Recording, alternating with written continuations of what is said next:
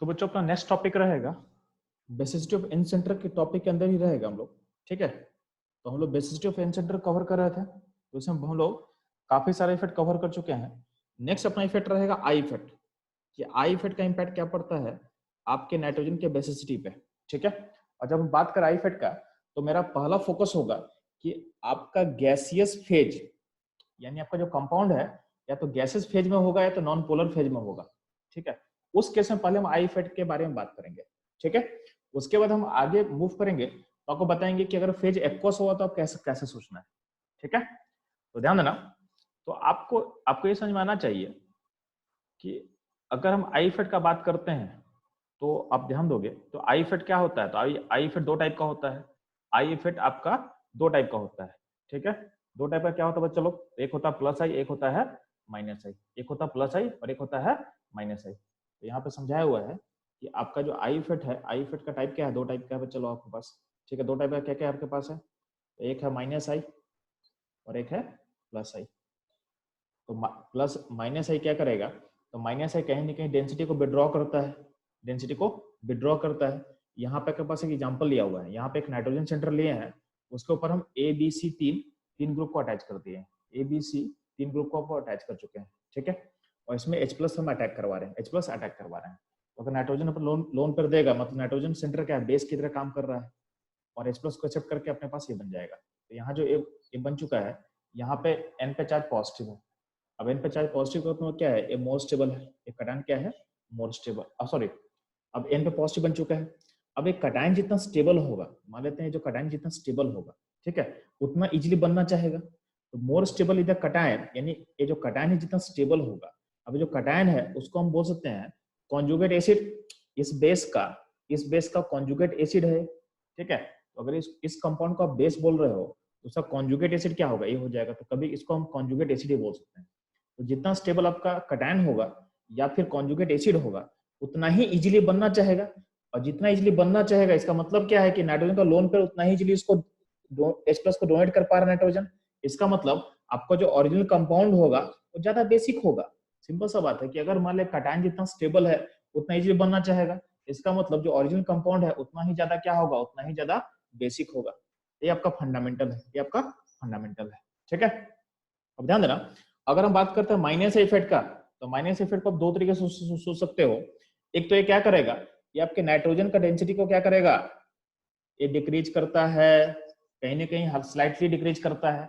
I effect उतना powerful नहीं होता, बट क्या होगा, ये आपके डेंसिटी को क्या करेगा, डिक्रीज करेगा, ठीक है। सिमिलर बात करते हैं प्लस आई इफेक्ट का, तो प्लस आई इफेक्ट क्या करता है, आपके नाइट्रोजन पे डेंसिटी को स्लाइटली क्या करेगा, इंक्रीज करेगा, ठीक है। तो आपको ये समझ में आ रहा है कि डेंसिटी वाइज अगर देखें तो जितना ज्यादा डेंसिटी अगर नाइट्रोजन पे बढ़ेगा इलेक्ट्रॉन का, उतना ज्यादा क्या होगा, वो इजीली इलेक्ट्रॉन को दे सकता है, उतना इजीली इलेक्ट्रॉन को दे सकता है, ठीक है। इसका मतलब प्लस आई जो है वो बेसिसिटी को क्या करेगा, बढ़ाएगा, और माइनस आई क्या करेगा, बेसिसिटी को क्या करेगा, घटाएगा, ठीक है। तो ये हो गया एक साइड, मतलब एक तरीके से मैं समझाने का मैं कोशिश कर रहा हूँ। तो ये एक तरीके का एक्सप्लेनेशन है जिससे आप चीज को सोच सकते हो, ठीक है। इसको हम एक और तरीके से एक्सप्लेन कर सकते हैं, इसको हम एक और तरीके से एक्सप्लेन कर सकते हैं। तो ध्यान देना,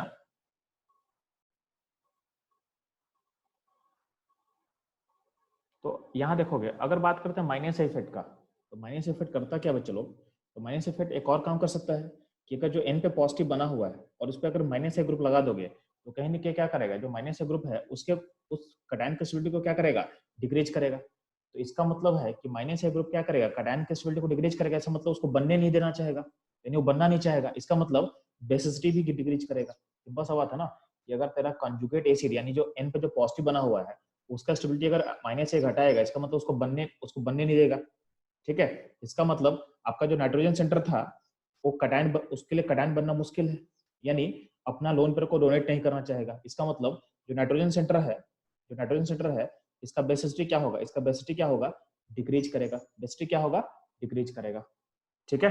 ये होगा माइनस आई का सेकेंड एक्सप्लेनेशन, किस तरह भी आप चीजों को एक्सप्लेन कर सकते हो। अगर बात करते हैं प्लस आई का, तो प्लस आई कहीं जो प्लस आई ग्रुप है कहीं ना कहीं क्या कर सकता है, तो प्लस आई ग्रुप क्या करेगा, अगर कटायन बन रहा है तो कटायन को स्टेबल कर सकता है प्लस आई, यानी अपने इलेक्ट्रॉन डोनेशन से। तो अगर कटायन स्टेबल होगा तो उतना ही इजीली बनना चाहेगा। इसका मतलब है जो आपका नाइट्रोजन है, जो नाइट्रोजन था कंपाउंड में, वो अपना लोन पर दे के कटायन बनना चाहता है, मतलब उस सिस्टम का, इस सिस्टम का आपका बेसिसिटी क्या होगा, इंक्रीज करेगा। यानी प्लस ए ग्रुप कहीं ना कहीं बेसिसिटी को इनहांस करता है, किसका, नाइट्रोजन सिस्टम का, नाइट्रोजन सिस्टम का। ठीक है, तो ये रहेगा आपका एक्सप्लेनेशन, आपका प्लस आई और माइनस आई। ठीक है, इसको अगर आप, इतना एक्सप्लेनेशन खत्म हो चुका बच्चों लोग। अब इसको देखते हैं इसका इम्पैक्ट और क्या हो सकता है, तो ध्यान देना। तो अभी तो हम बात कर रहे थे, तो ध्यान देना, अभी तो जो बात किए थे उसमें आपका जो फेज था, फेज क्या था आपका, फेज ऑफ सिस्टम क्या था, गैसेस फेज था या फिर नॉन पोलर फेज था, या फिर नॉन पोलर फेज था। ठीक है, तो अगर उसको अगर हम कंटिन्यू करें तो ध्यान देना, यहाँ पे कुछ एग्जांपल्स दिया हुआ है।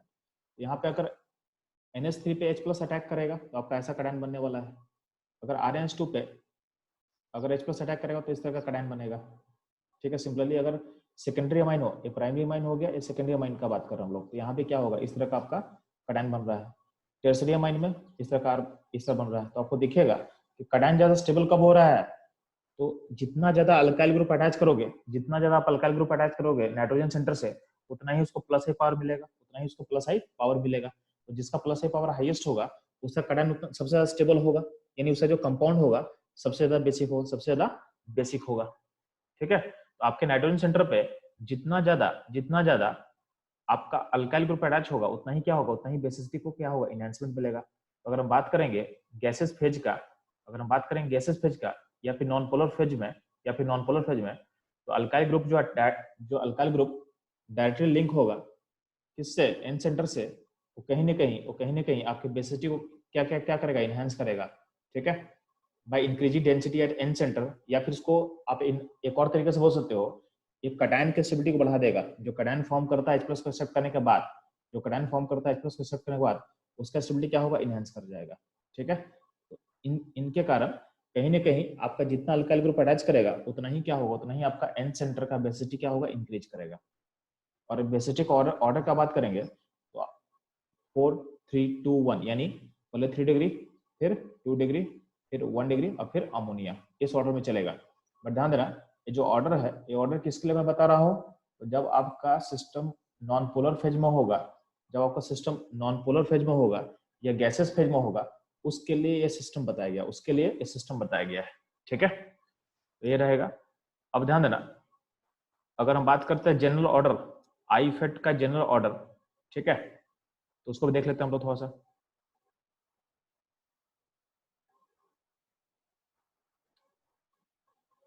तो ध्यान देना, general basicity order on the basis of I effect. ठीक है, तो बेसिसिटी ऑर्डर का जनरल एक ऑर्डर हम दे रहे हैं आई इफेक्ट के बेसिस पे। ठीक है, तो इसको आप देखोगे तो सबसे आगे क्या इसको करोगे, तो टर्सरी अमाइन सबसे आगे होगा, जितना अल्काइल ग्रुप अटैच है नाइट्रोजन से उसमें सबसे ज्यादा आई कर दिए हैं। फिर क्या है, आपके पास सेकेंडरी अमाइन है, आपके पास सेकेंडरी अमाइन है। फिर क्या बचे लोग, आपके पास प्राइमरी अमाइन है। ठीक है, फिर अमोनिया है, फिर अमोनिया है। फिर देखना, अगर आपके पास माइनस आई ग्रुप अटैच होगा तो उसके बाद आ जाएगा। अगर 2 माइनस आई ग्रुप अटैच करेंगे तो उसको और पीछे कर लेंगे, और आपका 3 माइनस आई ग्रुप रहेगा तो उसको और पीछे कर देना।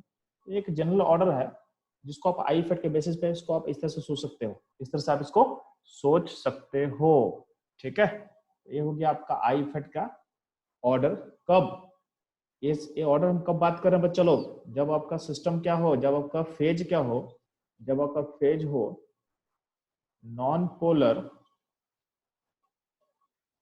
और गैस फेज। ठीक है, उस केस के लिए ऑर्डर बताया हुआ है। ठीक है, अगर एक्वस फेज होगा तो आपका आंसर थोड़ा डिफर करेगा, आपका आंसर थोड़ा डिफर क्या करेगा उसको भी हम लोग देखेंगे, तो ये आप दिमाग में सेट करना, ये जो हम बात कर रहे हैं कब, जब आपका नॉन पोलर फेज हुआ, गैस फेज मेंशन किया हो, उस केस में ये ऑर्डर वैलिड रहेगा। अगर अगर फेज एक्वस होगा तो इसमें स्लाइट मॉडिफिकेशन पॉसिबल है, इसमें स्लाइट मॉडिफिकेशन पॉसिबल है। ठीक है,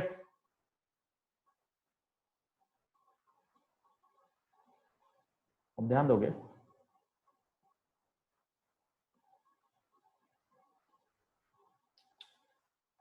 इसमें एक और की कॉन्सेप्ट आप से हम बात कर रहे हैं। ठीक है, तो आपके पास एक की कॉन्सेप्ट क्या है, जिससे क्वेश्चन कभी कभी पूछ सकता है आपसे कि कभी कभी अगर आपके पास मल्टीपल मल्टीपल बेसिक सेंटर हो या मल्टीपल एसिडिक सेंटर हो, ठीक है, अगर more than one acidic centre हो या more than one basic centre हो, तो उसमें से आप सारे ग्रुप को बेस नहीं मान सकते हो, सारे सेंटर को आप बेस नहीं मान सकते हो। उसमें किसी एक सेंटर जो मोस्ट बेसिक सेंटर होगा या जो मोस्ट एसिडिक सेंटर होगा उसको अपना एसिडिक या बेसिक ग्रुप मानना। आप फिर से मैं रिपीट कर रहा हूँ, अगर आपके ग्रुप में मोर देन वन यानी मल्टीपल बेसिक सेंटर हो या तो एसिडिक सेंटर हो, ठीक है, तो अगर ऐसा क्वेश्चन आता है तो जब भी एसिडिटी या बेसिसिटी हम कंपेयर करते हैं तो सारे ग्रुप को आप एसिड या बेस मत मानना, उसमें से जो मोस्ट एसिडिक होगा या मोस्ट बेसिक होगा उसको अपना एसिडिक या बेसिक ग्रुप आप एज्यूम करोगे, और बाकी जो ग्रुप अटैच है उसका आई और एम इफेक्ट्स को कंसिडर करना, उसके आई और एम इफेक्ट को कंसिडर करके अपने आंसर को बताना है, ठीक है, उसके आई और उसके एम इफेक्ट को कंसिडर करके अपने आंसर को बताना है, ठीक है। तो इस पे क्वेश्चन जो है, इस पे क्वेश्चन नीचे हम लोग देखते हैं, इसको अप्लाई करके वो समझाता हूँ मैं बोलना क्या चाह रहा हूँ, ठीक है, तो ध्यान देना।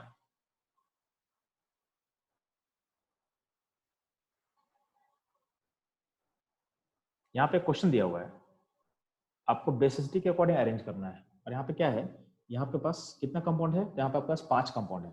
तो क्वेश्चन 1 में एक ही नाइट्रोजन है, कोई दिक्कत नहीं है, ये आपका बेस की तरह काम करेगा। क्वेश्चन 2 में भी एक नाइट्रोजन है जो आपका बेस की तरह काम करेगा। क्वेश्चन 3 में 2 नाइट्रोजन है, 2 नाइट्रोजन है तो दोनों बेस की तरह मत लेना। मेरा पॉइंट यही है कि जब भी आपके पास मल्टीपल सेंटर हो, बेसिक सेंटर हो, तो उसमें क्या करेंगे, उसमें से किसी एक को बेस मानेंगे, दूसरे का इफेक्ट देखेंगे।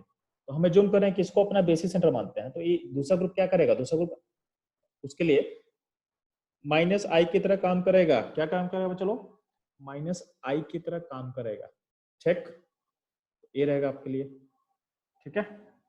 अब ध्यान देंगे, अब ध्यान देना, सिमिलरली अगर बात करते हैं इसमें, तो यहाँ देखना एक O लगा हुआ है, एक N लगा हुआ है, तो O और N में जल्दी लोन पर कौन देता है, नाइट्रोजन देता है, तो नाइट्रोजन को अपना बेसिक सेंटर मानना, तो this is your basic centre, और आपका जो O होगा उसके लिए आप माइनस आई की तरह काम करेगा, उसके लिए आपका माइनस आई की तरह काम करेगा, ठीक है। क्वेश्चन 5 में 3 नाइट्रोजन है, तो 3 नाइट्रोजन का मतलब 3 बेस नहीं हो गया, यही गलती करोगे आप लोग, आपको लोग लगेगा कि यहाँ पे तो 3 नाइट्रोजन है, बहुत अच्छा बेस हो जाएगा, नहीं, आपको किसी एक को बेस मानना है, तो मान लेते हैं इसको अपना बेसिक सेंटर मान लेते हैं, तो बाकी दोनों जो नाइट्रोजन है वो इस ग्रुप के लिए माइनस आई की तरह काम करेगा, इस ग्रुप के लिए माइनस आई की तरह काम करेगा। तो अगर इन सबको कंपेयर करना बेसिसिटी में, तो सबसे बेटर क्या है, तो सबसे बेटर आपको दिख रहा होगा, कौन सा क्वेश्चन दिख रहा होगा, चलो, तो सबसे बेटर आपको क्या दिख रहा होगा, 1 दिख रहा होगा, तो 1 का बेसिसिटी सबसे हाईएस्ट होगा, ठीक है।